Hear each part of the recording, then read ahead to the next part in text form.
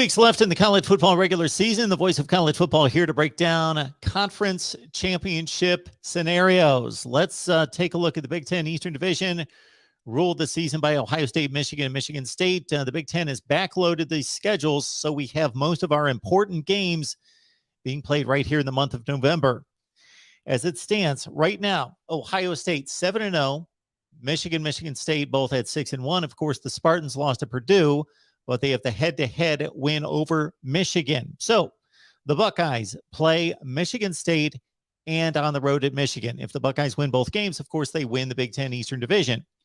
For Michigan State at 6-1, if they win out, they, of course, win the tiebreaker against Ohio State and would win the tiebreaker against Michigan as well at 8-1. Michigan now at 6-1 takes on Maryland and then Ohio State. For the Wolverines to win the Big Ten East, they need to win out. They also need Ohio State to beat Michigan State or Michigan State to lose to Penn State to give the Spartans a second loss. And of course, Michigan would have the tiebreaker win against Ohio State. So there is a possible three-way tie between the three teams at 7-2. Maryland would have to beat Michigan.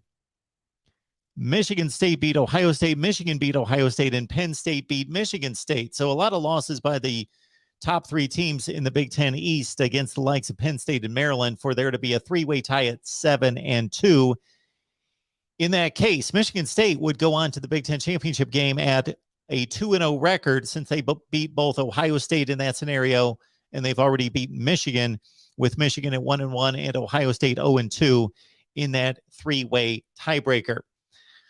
I believe it's going to play out like this. The Buckeyes defeat both Michigan and Michigan State to finish at 9-0. Michigan State at 7-2. And that brings Michigan to 7-2 as well and on to the Big Ten championship game. We will continue to break down division races across college football, both in the Big Ten Western Division. That's an interesting one, as well as the SEC, the ACC, the Pac-12, and the Big 12. Lock it in right here at the Voice of College Football.